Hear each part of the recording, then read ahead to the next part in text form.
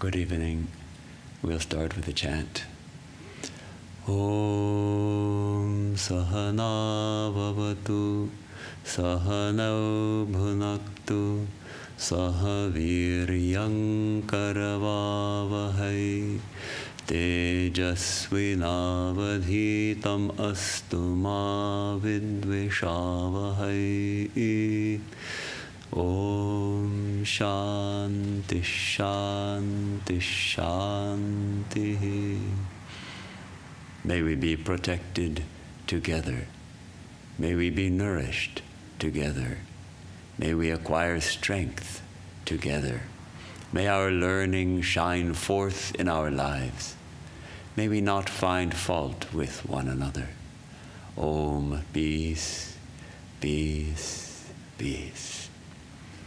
So we start our study of Karma Yoga tonight with the Upanishadic Prayer, that this study may not merely be an academic exercise, but may actually help us to transform our lives. May our learning shine forth in our lives. May we not get distracted by petty things and find fault with one another and forget the purpose of all yoga, the purpose of Karma Yoga in particular, as we are studying tonight, which is what? Freedom. Freedom, says Swamiji. The purpose of yoga is freedom, mukti. Yes, or knowledge, knowledge of the divine. True knowledge, which is knowledge of our own divinity. So that's the purpose of Karma Yoga. The date is December 13, 1895. Swami Vivekananda has come back to New York pretty recently from Europe. And it's a nice and chilly, the high temperature on the day was 24 degrees Fahrenheit. So it was a nice chilly day, went down to 13 degrees. And Swamiji is staying at 228 West 39th Street on the lower west side, I guess we would call it. And there the people would come, and the two rooms in the brownstone, front and back, are filled with people. And most importantly, Hosea Goodwin is present, and he's taking shorthand notes. And immediately after the class, he'll run across the street to his quarters and type up the class into a transcript using his notes. So that's what we're reading. And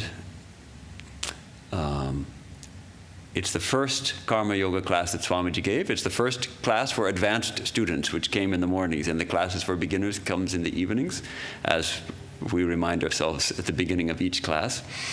So the title given to this talk is Each is Great in His Own Place. We can change it, Each is great in his or her own place.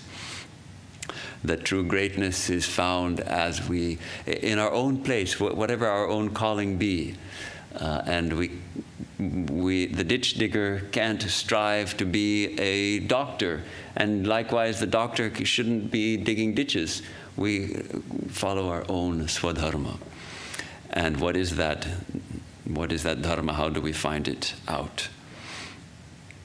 So Swamiji started the class with a discussion of the gunas, and then he gave an example of misunderstanding of what our duty is. As he used to say often, the extremes look alike, that the sattva and tamas look alike externally from the outside. The tamasic state, somebody is sitting motionless. In the sattvic state, someone is sitting motionless. But in the sattvic state, it's a state of perfect equilibrium and peace, and filled with energy and filled with the readiness to act intensely if needed. Whereas in the tamasic state, it's a state of laziness and darkness and torpor. And so he specifically mentions Arjuna as thinking that he is called to be a monk and to beg his bread because he's terrified of having to fight in the war and to have to kill his own relatives. And then Krishna says, no, you are in a state of tamas. You have to go through rajas to sattva. You're not nowhere close to sattva yet. So that's where we left off. And then Swamiji says, Oh yes, and he talks about non-resistance, that non-resistance is considered the highest virtue, but only when we have attained the power to resist.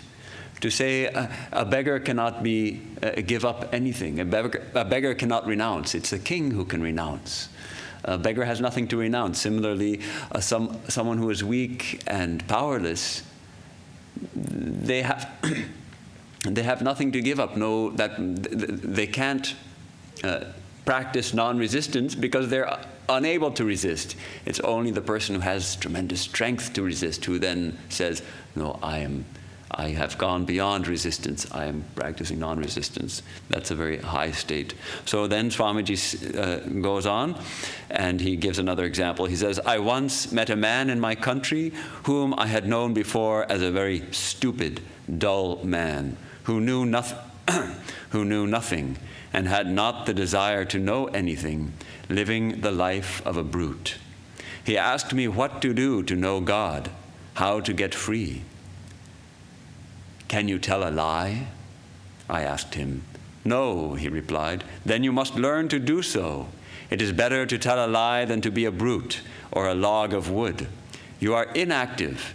You are not of the highest state, which is beyond all actions, calm and serene. You are too dull even to do something wicked. So it seems like an extreme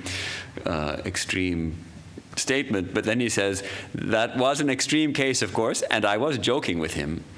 But what I meant was that a person must be active in order to pass through activity to perfect calmness. So this is the point. And before I go any further, I should admit that I was feeling a little bit shy because we have the presence of our revered senior brother here, Swami Sumanasanandaji, who is going to stay for a few minutes of the class, and I offer my pranams to him and forgiveness for teaching in front of him. Not teaching, but conducting a class in front of him. I feel a little embarrassed, but he has graciously offered his presence with us tonight. So here's someone who cannot even tell a lie. They're in such a state of tamas that he cannot even do something as tell a lie, and he thinks he's ready to know God. He's asking Swamiji how to know God, and Swamiji tells him, first learn how to lie. Then go beyond and learn how to tell the truth. You're so in such a state you can't even tell a lie. So inactivity should be avoided by all means. All right, that state of sattva, it seems to be inactive, and yet, as the Gita says, it's the state of highest activity when the mind is perfectly calm and poised to bless everyone and to do whatever might be needed at the moment perfectly. Activity always means resistance. Resist all evils, mental and physical. And when you have succeeded in resisting, then will the calmness come. It's a practice, no? We find we have a mind which is not cooperating with us. Oftentimes it seems like our mind is not cooperating with us. We want to do one thing. We want to come to the temple and think of God, and the mind starts thinking all kinds of nasty thoughts. The mind is not cooperating with us. So here Swamiji is giving the point. We resist. We practice again and again, and gradually the mind is trained. Gradually, like training a dog, Sri Ramakrishna gives the example of a dog whose master allowed it to jump on its lap all the time. And his friend didn't like that. He said, that's disgusting, your dog on your lap. Of course, now here in America, this is a dog-loving country, so everybody lets their dog jump on their lap, probably. But all right, a man lets his dog jump in his lap and eat from his hand. And his friend said, that's disgusting, you should not do that. So the man decided, all right, I'm not going to let the dog do that anymore. But so he threw the dog off from his lap. But the next time the dog comes running and comes jumping right back onto his lap. The dog's not ready to, the dog hasn't learned the lesson. It takes many days of training the dog, of saying, no, now you're going to eat below, you're not going to eat in my lap, you're not going to jump. Again and again we have to train that dog. Eventually the dog learns, and once the dog learns, when the dog is well trained, what else can we say about it? Those who own dogs know that a well-trained dog is a happy dog, actually. The well-trained dog who follows the commands of its master is happy. The dog who doesn't follow the commands of its master is excited a lot and gets into a lot of trouble and thinks it's free, but actually is constantly suffering because it's getting into trouble. When the dog is well trained, it's a happy dog. So similarly, we want to train our minds like that. So when our minds start to become trained, we get that higher joy called shamasukha, the joy of the self-mastery, the joy of self-mastery, which is wonderful.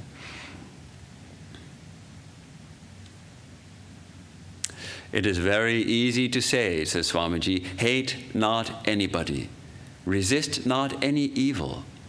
But we know what that means. When the eyes of society are turned towards us, we may make a show of non-resistance, but in our hearts it is canker all the time.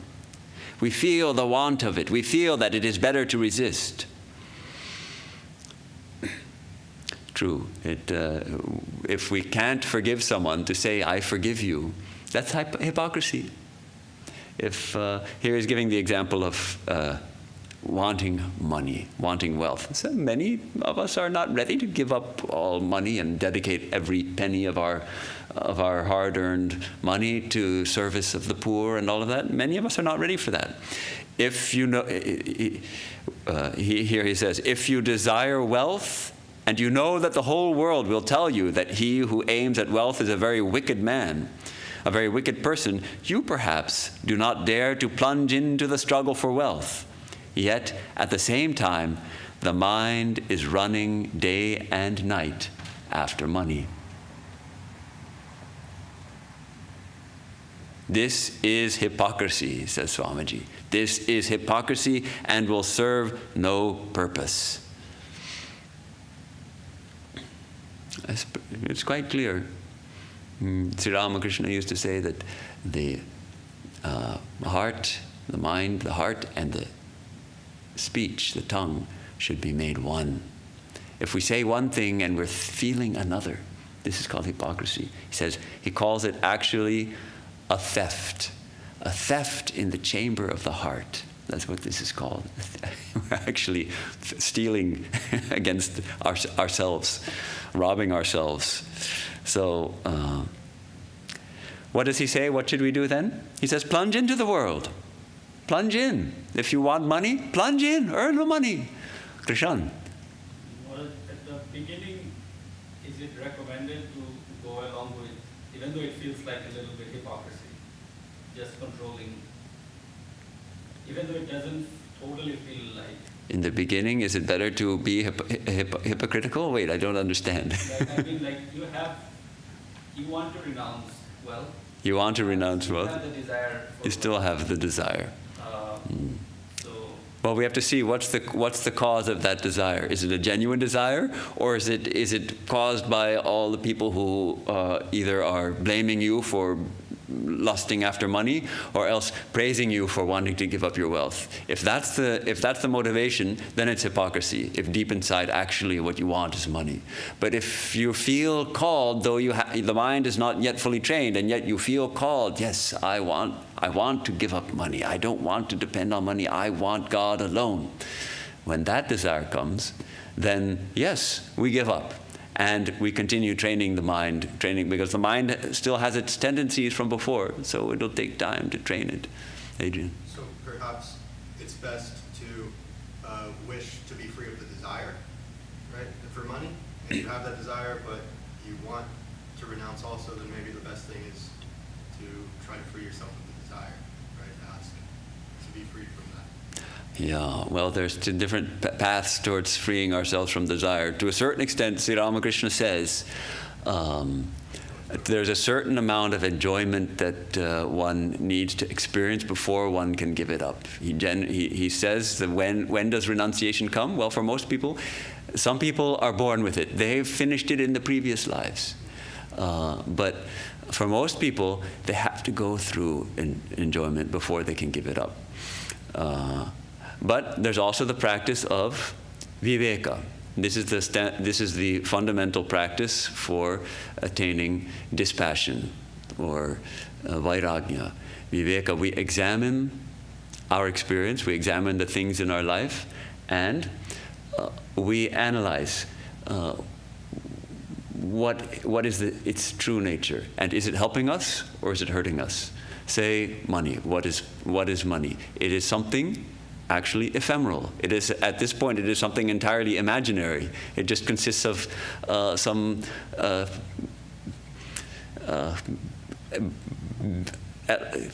electrons on a computer chip somewhere that tells that somehow affirms that there's a certain number in your bank account. Just let me finish this idea, and then we'll get to you, Raymond. So it's ephemeral, and it will always come to an end. You can't take it. I can't take it with me when I leave this body. It doesn't give me genuine peace. It gives me enjoyment, but it doesn't give me peace. So that's called viveka. When we find out the defects of something, naturally arises some dispassion. Oh, it's not going to give. If the truth really hits home deep, money will not bring me peace. It will not bring me freedom. If we really can internalize that, then naturally the desire for it starts to dry up. Why would I want something that's only going to bind me to the world? Why would I want something that's only going to bring me restlessness and make me miserable? Why do I want to chase after that? So that's the practice of viveka, which naturally leads to vairagya. So there's two parts to the question, really. The point is, one, most people need a certain amount of enjoyment before they're ready to give it up, and second is viveka, vairagya. And Raymond? Just to see if I'm understanding what you're saying. So this is an example. So my mom's a teacher. Your mom's a teacher? Yeah, she told me that there's many teachers, or I don't know about now, but the example is there's teachers who teach because they want the money. But yet, there's other teachers who do it because they want to serve. Yes. And I was thinking, the world needs, teachers. Yes. So, and the ones who do it for money usually burn out. Yes. Yeah, so is that what you're saying in the point? Well, we were touching on that idea of what is our purpose in life. And that really is what karma yoga is the secret of work, how to work, and what is the purpose of our work. And if we are called to turn our karma into yoga, that means if we're called to turn our work into spiritual practice, then exactly what you said, we do it as service, not simply as a way to make money. It can be the same work. Someone is a teacher to get the salary, another's a teacher because he or she feels called to serve. And it's a beautiful calling. And yes, some money will come. As a householder, the householder's duty is to earn money to support her or his family and support society and assist the less fortunate and all of those things. But the aim, the goal of karma yoga is freedom through service, through ultimately through detachment, and ultimately through the renunciation. Because karma yoga goes through duty to beyond duty. It's interesting, as later in this chapter, Swami Vivekananda quotes extensively from the Mahanirvana Tantra, which is one of the tantric texts, which chapter 8 goes into detail of the duties of the householder and how the householder, what duties the householder has, in particularly the male householder, how he has to treat his children and his spouse and his parents and his work and all of these things, all the duties he has. And then yet later in the series of classes, Swami Vivekananda will say, duty is like the scorching midday sun. It burns us, it binds us. So we start with duty, properly understood, and then we go beyond duty. But right now,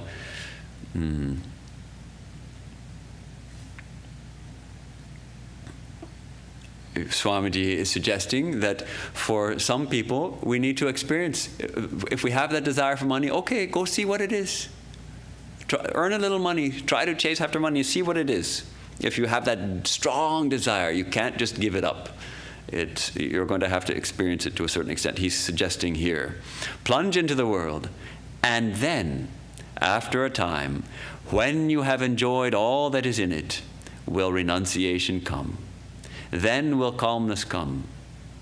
So he says, fulfill your desire for power and everything else. And after you have fulfilled the desire, will come the time when you will know that these are very little things. And until you have fulfilled this desire, until you have passed through that activity, it is impossible for you to come to that state of calmness and serenity. Okay, this is Sri Ramakrishna's teaching. So for most people. Now some people, we can see they have already done it. And Vedanta accepts the idea that we have multiple lifetimes. We have already come here and experienced many things. And for some, those desires have been fulfilled. And they don't need to chase after them. And Sri Ramakrishna would also suggest for spiritual seekers, genuine spiritual seekers, small desires, fulfill them. If somehow you have a desire to taste a certain kind of sweet, okay, satisfy that desire. See what it is. And while satisfying it, analyze. Put it in your mouth, you're tasting it, say, oh my mind, this is that sweet, that tiramisu cake that everyone raves about, or whatever it is. This is what it is. You're tasting it, all right. And then it goes down, and then it's over. Oh mind, see, after 30 seconds, the taste experience is over. You still have that happy memory. How long will that memory satisfy you? Well, another 5 minutes, another 10 minutes, maybe. So, Sri Ramakrishna suggests for spiritual seekers who are actively on the path, and yet he also cautions the really big desires, satisfying desire, strong lust and greed. Once we're on the path, this has to be dealt with in other ways. And he suggests that we turn them towards the divine. That's the main suggestion. We apply viveka, this practice of discernment and analysis, and at the same time, turn that passion, that intense desire, turn it towards God. Why? And why does that work? It works because actually all our desires are desires for attaining peace, desires for attaining serenity, desires for attaining God. All our desire, except it's misplaced. Mostly we think that if we get that new Tesla, we'll get the peace. If we get that new diamond bracelet, we'll get the peace. We'll get the joy. Actually, it won't last. The only thing attaining which we'll get lasting peace and joy is when we attain God. So that's why turning that desire for that lust and that greed, turning it towards God. Why it works? Because actually it's already unconsciously a desire for the infinite, for the divine. Can you speak a little more on how one turns a desire such as lust towards God? Because those things to me seem counterintuitive, but you hear that all the time. Like especially how Thakur told Swami Vivekananda, when he asked how to deal with lust, he said, well, increase your lust. Increase it, but turn it towards God. Well, what is he specifically asks, what is lust? It's a desire for union. It's a desire for union with another person, on the physical plane. Okay, well, but that union, analyze it, that union, it starts and it ends. It has a beginning and it has an end. And it's a very short-lived union. But what it is at root is a desire for union. So that desire, it doesn't mean that it's easy.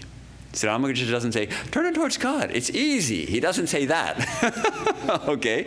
It means when we are called to overcome these strong passions, that means struggle is going to be involved. It's going to take struggle, and it's going to take training that mind. We've let the mind run in a certain direction for maybe how many lifetimes. If we want to turn it the other direction, it's going to take some struggle. It's going to take work. We have to train it. We have to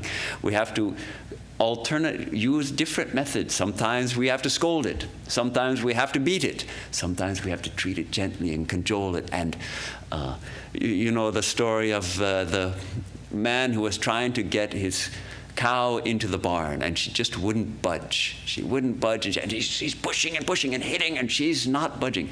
And then his daughter comes out with a carrot and holds it in front of the cow, and the cow immediately follows his daughter into the barn, and it's done. So like that, we also have the carrot of joy, spiritual joy. Now this requires, admittedly, we have to have tasted a little of that first. But I don't think anyone would be here if one hadn't tasted a little something, had a little higher taste of joy, because this is what brings us to a Vedanta temple on a hot summer night when there's so many other things going on, and yet you all have given up your evening joys to come sit in a temple and hear about karma yoga. That means you have a higher calling. You have tasted some spiritual joy. So that's the carrot we give to the mind. Oh mind, there's much greater joy to be had. Remember that time that you tasted that peace, whether it was on a mountaintop or listening to a concert or visiting a temple or meditating. You tasted that peace. That's the true peace. You can have it. But it's no doubt it's a struggle, but we turn it towards God. That energy, it's a tremendous energy. Prayer. More than meditation, to really address these strong passions, we need divine assistance, so we pray.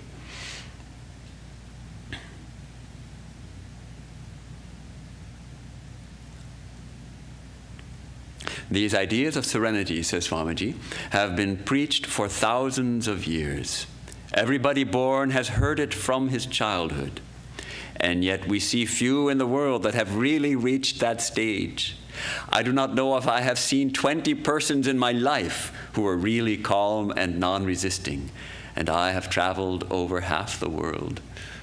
So that's a pretty difficult assessment. Yes, Swami Vivekananda may not even have seen 20 people who have truly attained to serenity. Well, he's seen his own master, Sri Ramakrishna, and the great Saint Pavari Baba.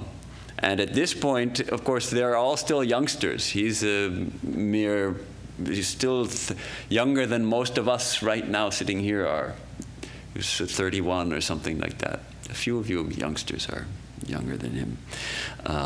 And yet, of course, he was also established in that serenity. But he would never speak of himself in that way.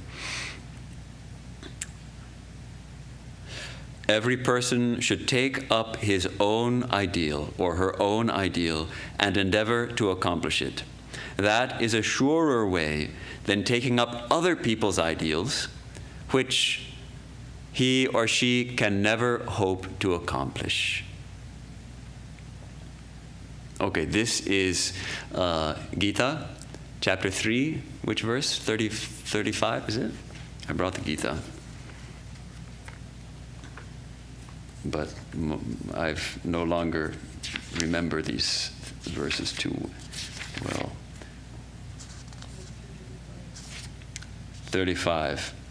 Shreyan swadharmo vigunaha paradharmat swanushthitat swadharme nidhanam shreyaha paridharmo bhayavaha. So better is one's own dharma, swadharma, one's own calling, one's own path in life, though imperfectly performed. It's better to do that than to do someone else's dharma perfectly. Better is death in one's own dharma.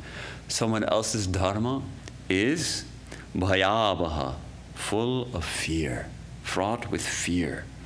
So this is Sri Krishna's teaching to Arjuna. We have our own calling in life. What that calling is, it's important to know. It's important to find out what is our calling in life, our swadharma. And it used to be kind of, well, my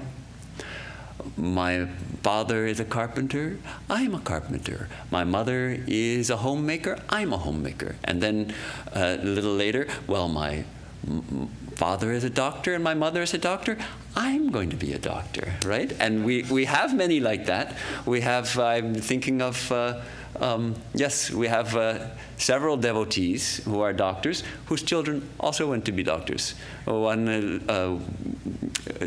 devotee, both of her daughters also became doctors.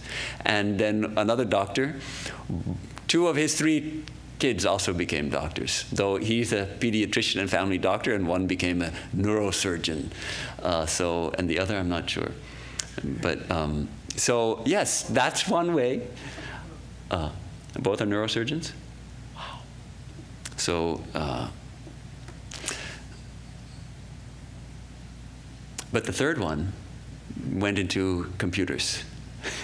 So she found her calling somewhere else. So that's one way.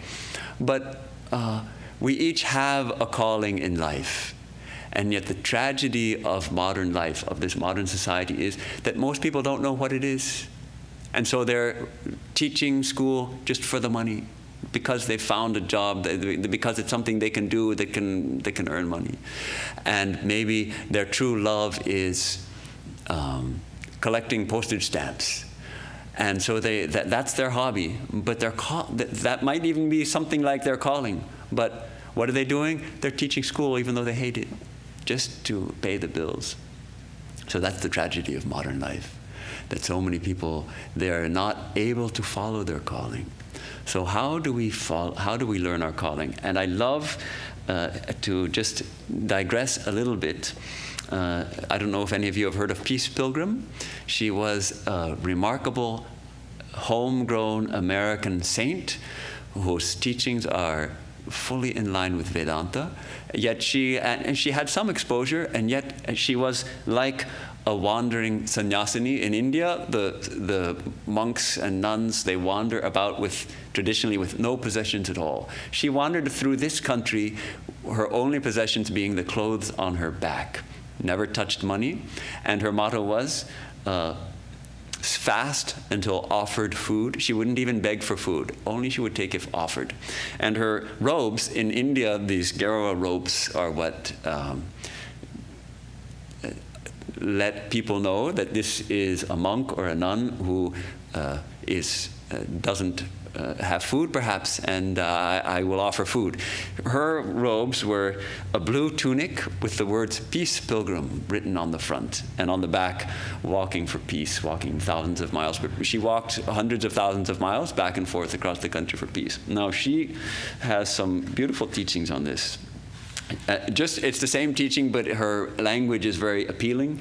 Here in America, homegrown American language, teaching exactly the same thing. There is a preparation that has to do with something which is unique for every human life, because every one of us has a special place in the life pattern. This is the way she puts it, a special place in the life pattern, a calling in life. And no 2 people have exactly the same part to play in God's plan. Then she gives this hint. There is a guidance which comes from within to all who will listen. Through this guidance, each one will feel drawn to some part in the scheme of things. Okay, so that's a little hint from Peace Pilgrim. What is our role? What is our place in the life pattern? The special place in the life pattern. Let me read just one more little section from Peace Pilgrim. She says one way to find to be finding this place in the life pattern, our swadharma, is what is our motive? What is your motive for whatever you may be doing? If it is pure greed or self-seeking or the wish for self-glorification, I would say, don't do that thing. Don't do anything you would do with such a motive. But it isn't easy. It isn't that easy, she says, because why? We tend to do things with mixed motives. Mixed motives. I've never found a person who had purely bad motives. There may be such a person, but I have never encountered one. I do encounter people who constantly have mixed motives. Good and bad motives all mixed together. So she gives a very nice example.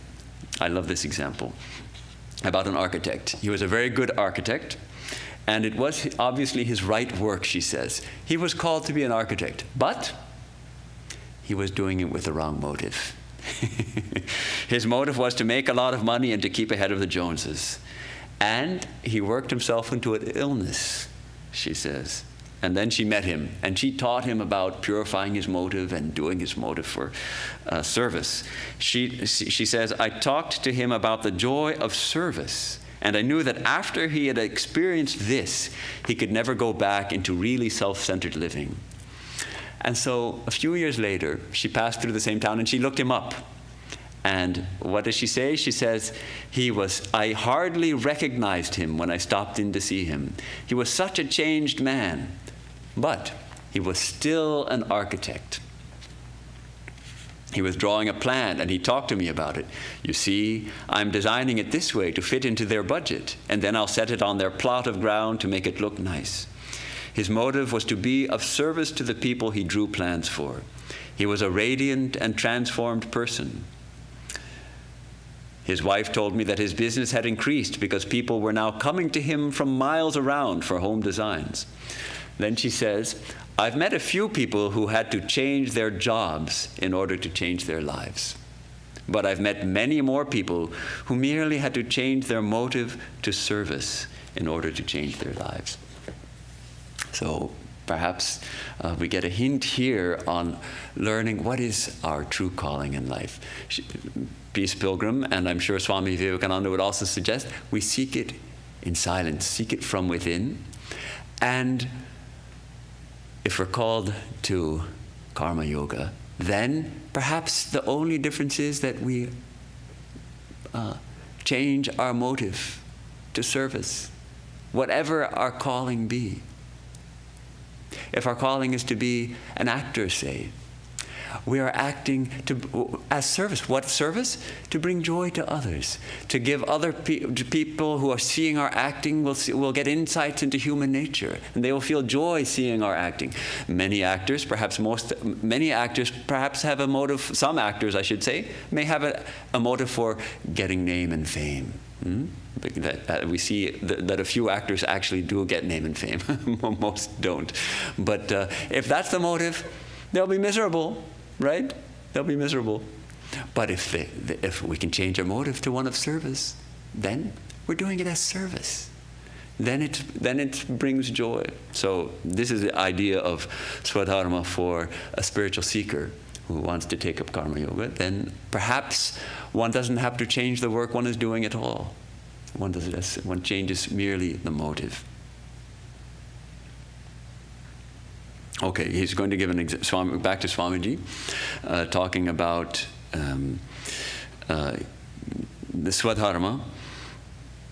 And he gives a somewhat simple example. For instance, we take a baby and at once give him the task of walking 20 miles.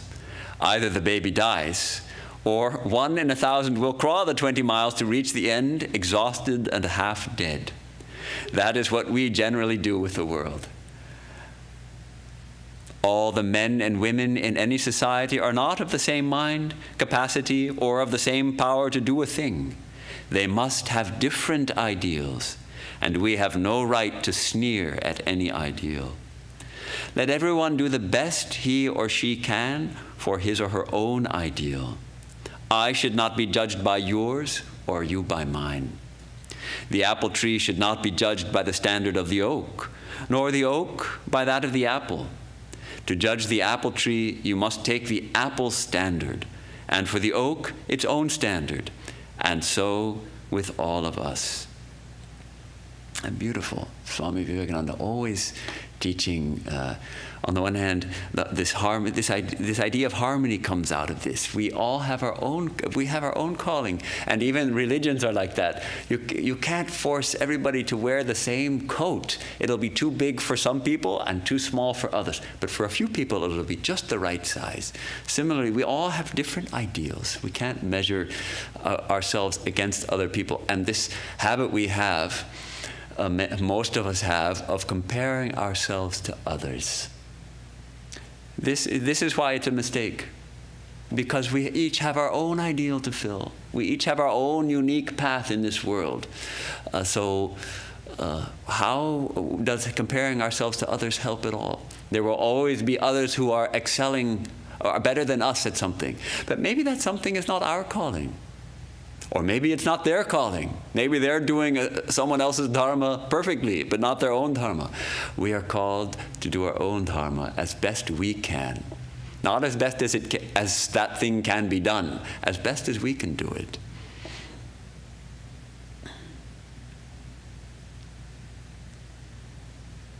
Unity in variety is the plan of creation. There's one of Swami Vivekananda's famous sayings, unity in variety. We find that, yes, there is tremendous variety. Behind the variety is the unity. But that doesn't mean that each one of us is going to be the same, has the same path. We each have our own unique path. Unity and variety is the plan of creation. However men and women may vary individually, there is unity in the background. The different individual characters and classes of men and women are natural variations in the law of creation. Hence, we ought not to judge them by the same standard or put the same ideal before them. Such a course creates only an unnatural struggle, and the result is that a person begins to hate him or herself and is hindered from becoming religious and good. Wow. Amazing. In last class, we had that very powerful statement of Swami Vivekananda. Let's see if I can find it.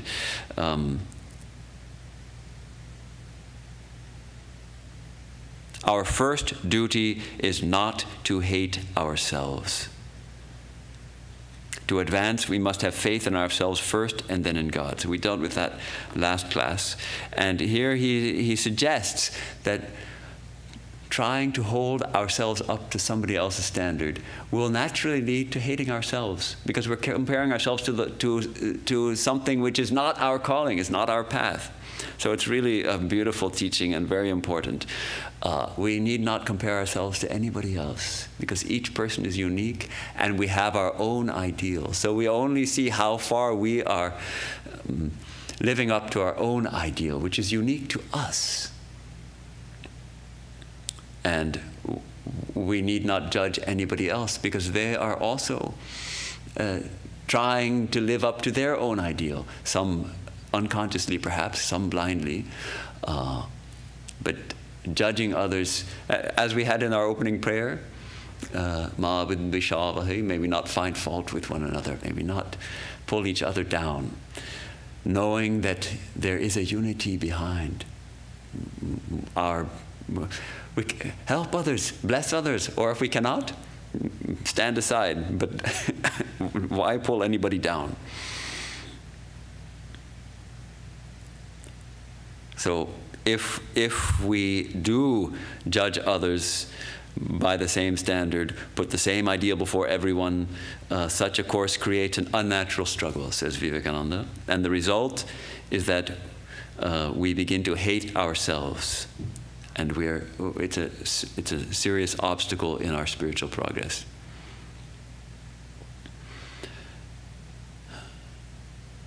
Swamiji continues, in the Hindu morality, we find that this fact has been recognized from very ancient times, and in their scriptures and books on ethics, different rules are laid down for the different classes of people.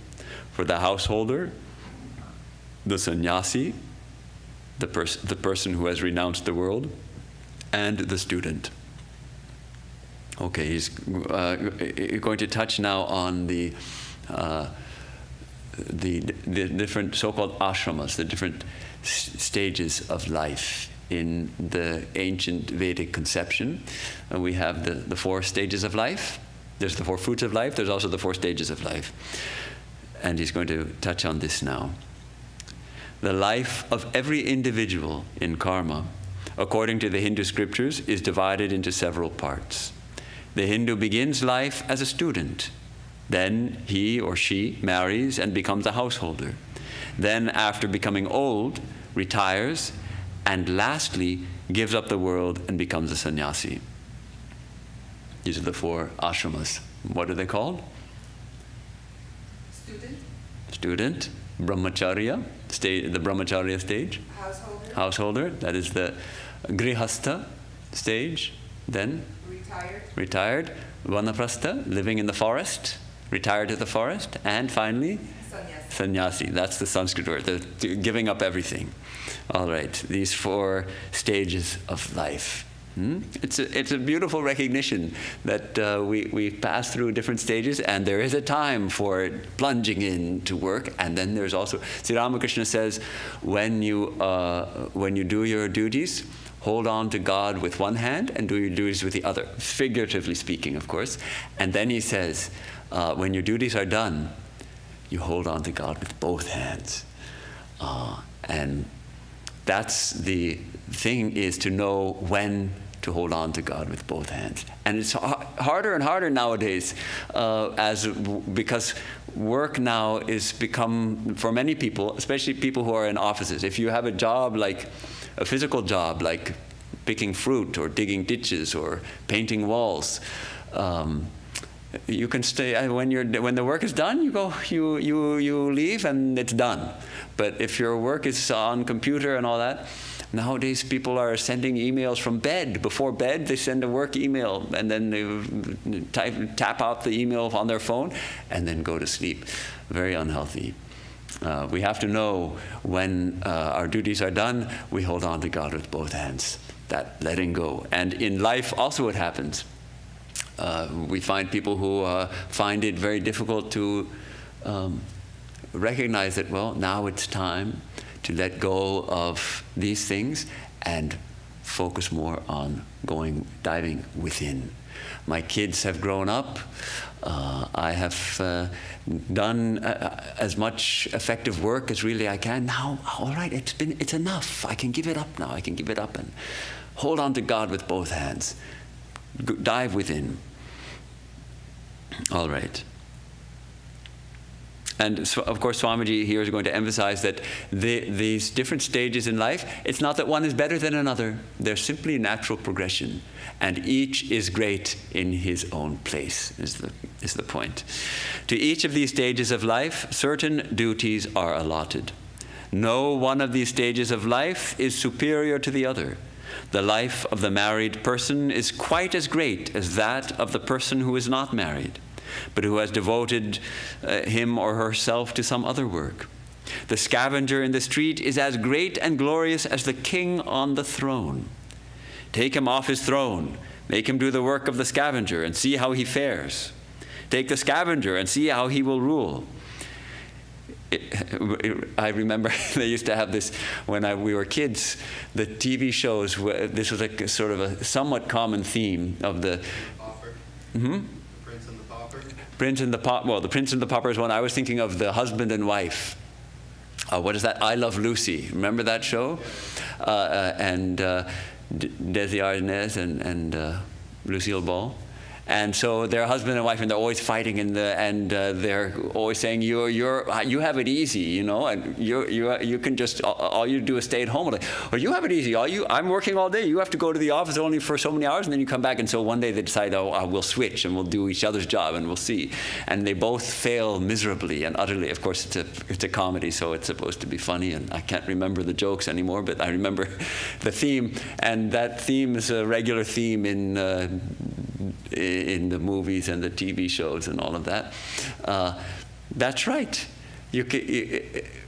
We shine in our own field, and to think that we could do another field well, it doesn't happen.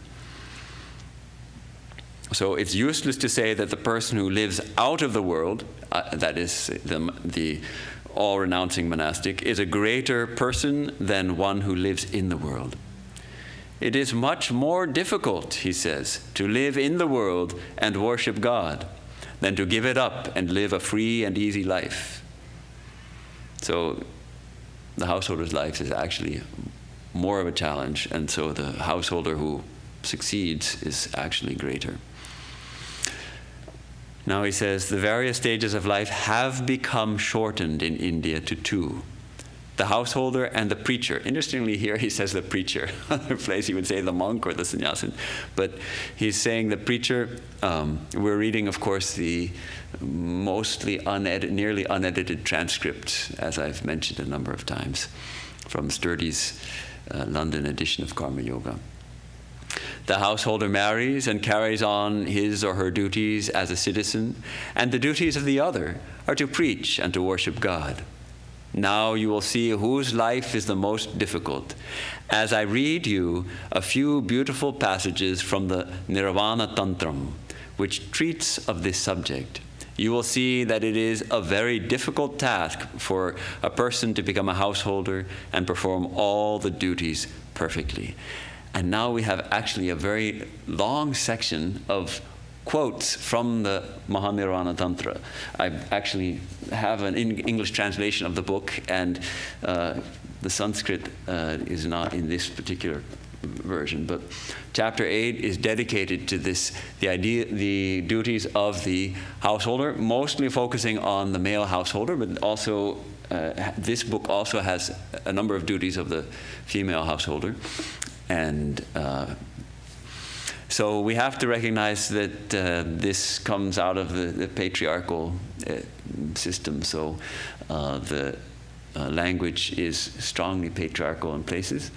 But still, actually, it's said that many wives love this because it says how the husband should never raise his voice in anger against his wife, and always must respect her like his own mother, etc., etc., etc. So it's not bad. It's just the language is a little bit, he should do this and he should do that and all of that. So, and it's interesting that Swamiji is quoting here extensively, and in some places, not quite literally, but in other places, literally verse for verse, he's quoting. And yet I'm sure he's not sitting there in class with the book, the Sanskrit book in front of him. So it's, he's read he had a phenomenal memory. And so he read these verses. So I think since we're doing a complete study, we ought to read this, but the risk is that it'll put us to sleep if we just drone on reading the quote. But let me read a paragraph and see how it goes. Quote, the householder should be devoted to God. A knowledge of God should be his goal of life. Yet he must work constantly, perform all his duties. Whatever he does, he must give it up to God. Now he's going to give some commentary. It is the most difficult thing to do in this world, to work and not care for the result. To help a person and never think that that person ought to be grateful to you.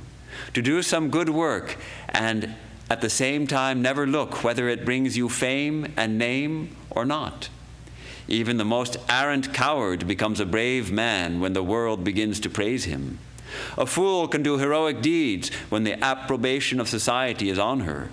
But for someone to do constant good works without caring for the approbation, means praise, I looked it up, of his fellow beings is indeed the highest sacrifice a person can perform. The great duty of the householder is to earn a living, but the householder must take care that he does not get it by telling lies or by cheating or by robbing others, and must remember that his or her life is for the service of God. His life, her life, is for the service of the poor. All right, that's the first paragraph. Actually, Swamiji gives a lot of beautiful commentary here. He says it's the most difficult thing. Karma yoga is not easy. And yet, what choice do we have? We are called, the call of Vedanta has struck us. We have heard the call of Vedanta to realize our divinity. We have heard the call that we are so much more than this limited body and mind. We are divine. Their infinite treasures lie within. If we can only uncover them, we can realize our true nature as one with the divine, attain and become a true blessing to the world. How do we do that? It's not easy, but we have heard the call. So, Karma yoga, we all have to work. So karma yoga is also our calling, all of us. How that manifests in life is different. How one person as an actor, one person as a ditch digger, one person as a healer, one person as a monk, and even as a monk, there's different. Each monk's life is unique also. So each monk will have his or her own path. And yet, to not care for the result. It is the most difficult thing to do in this world, to work and not care for the result. To help someone and never think that person ought to be grateful. To do something good and never look to see whether anyone notices, whether anyone praises. Very difficult. And yet that's the calling of Karma Yoga. And he points out that anyone, the fool, can be a hero when everyone is praising. But to do that, to continue to do good, to continue to bless people without anyone knowing. Someone told me recently, maybe it was at the last class, that one of the steps in the 12-step programs is to, one of the tasks at one of the stages is to do every day, do 2 good things for somebody else without anybody knowing, without anybody finding out. If someone finds out that you did it, then it doesn't count towards your 2 good deeds for the day. So that's an interesting practice. Do 2 goods, do 2 good deeds every day that nobody should know about. And in your mind, you shouldn't be thinking, oh, they should have done it. But like, you come to, I'll give the perfect example. I'll come to the kitchen sometimes. It's night. Everybody's gone to bed. It's late. I come for either a snack or a drink of water or something, and I see there's dishes in the sink. Now, if I were practicing Karma Yoga, I would feel joy that I get the chance to rinse off those dishes and put them aside. And that's my good deed for the day, and no one knows about it. Now, I may have rinsed those dishes off and no one knows about it, but what was I thinking? Those jerks who put their dishes in the sink without rinsing them. Everybody should rinse their dishes. That kind of negative thought. It's not Karma Yoga. It's only karma. It was not converted into yoga. So this is my lesson for today. See if I can do it next time without feeling annoyed that people left it, rather feeling, oh, this is my opportunity to do my unknown good deed. Now we know. Now you know. Actually, there's another brother who mostly does the dishes late at night, and we know who he is, but I won't mention it here since it's a public forum, and we don't know how many people are listening all over the world on YouTube. How many people are listening? 33 people are listening, so we won't, in different parts of the world, so we're not going to. However, we salute all of them and thank them for joining us.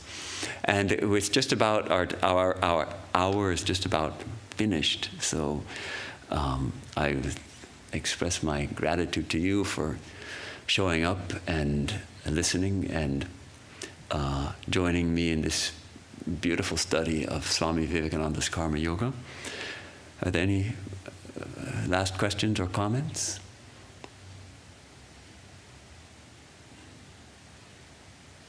Yes.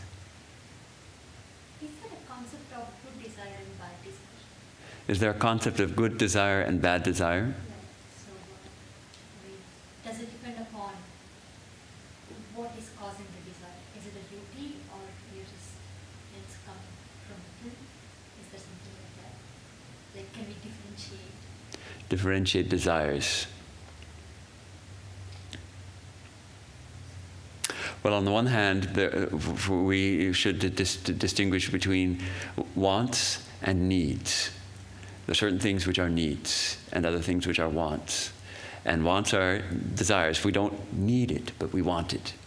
And then there are noble desires for helping others. Sri Ramakrishna used to say that the desire for God is not to be counted as a desire. Just as there's a certain vegetable, a certain green in India called hinche greens. They're not to be considered as greens. Greens cause bile to increase. Or is that the teaching? Is it greens cause the indigestion, but hinche greens are good for digestion? And sugar candy is not to be counted as a sweet because it reduces acidity, and where sweets cause acidity, something like that.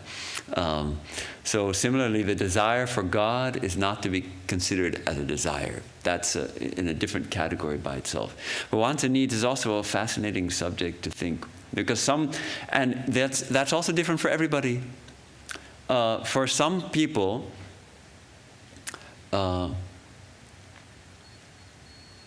Tesla might even be a need. It might be.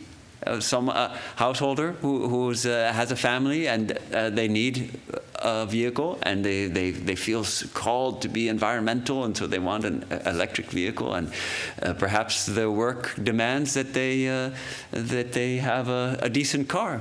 So it could be considered for some individual a need, but for most of us probably it's just a want. The Lamborghini, it's hard to argue. The context. Yeah, because you talk about wants and needs, like for someone, let's say that